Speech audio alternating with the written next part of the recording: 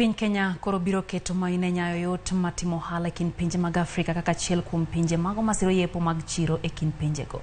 Jatend piny Kenya William Ruto nowacho ni keto yot mar wuoth e kind pinjego kaachiel kod kelo yot e chudo gin moko kuom okenge manyaka koro kaw mapiyo.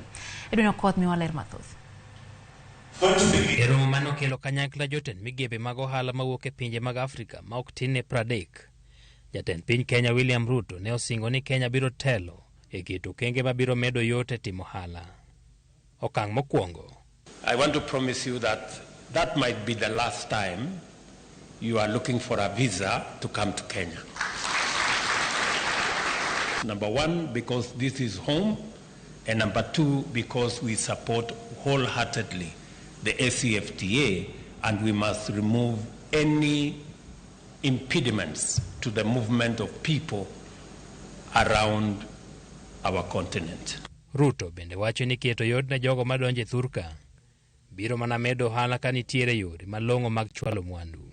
Kenya biro medo tudruok kod pinje mag Afrika kaluwore kod pek manoseneno kane Kenya otemo uso majan chai ne piny mar Ghana higa mokalo, kama safar mar jumbe 3 ne okawo chiegni dweche 6. We flagged off our first export of tea from Kenya to Ghana under the guided trade mechanism. We have learned some lessons. For example, unfortunately, this consignment arrived in Ghana in February, all the way from October. So the willingness is there, but the challenges abound. Challenges of looking at our infrastructure connectivity. Lack of efficient transport networks increases the price of goods traded among African countries by between 30 and 40%. You've heard from my Minister for Trade that tea, which was supposed to take 3 weeks or less to get to Ghana, took 3 months. Because it didn't go to Ghana, it went the opposite direction first because of transport logistics. Kit mwandu ma Afrika chwalo e pinje ma oko tin. Puro komi pek moromo, kendo ohala e kind pinje mag Afrika en mana 17% kende, ka opim kod 70% mar ohala ma pinje mag Europe timo e kindgi giwegi. E ohala matin no, pek mar tiyo kod dola mar Amerika pod ok mi Afrika thuolo mayot e timo ohala.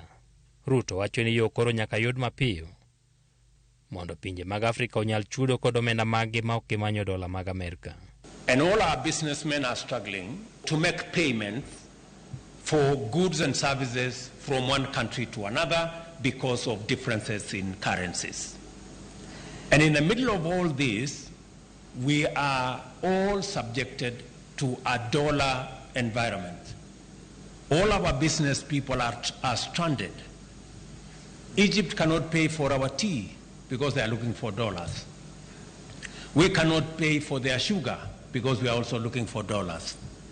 Romo no madhi nyime kuom ndalo 3 bende okelo thuolo ma jotend piny owacho nyalo tiyo e golo moko kuom chike mag osuru mathiro ohala e kind pinje mag Afrika. Bang' ndalo 3, romo ma kama biro kelo dwaro ma jo ohala ni godo makikete mesa mondo piny owacho keti kaka inyalo nya ohala matimore kinde mag pinje mag Afrika. Edwin Okoth, Ramogi TV, Nairobi.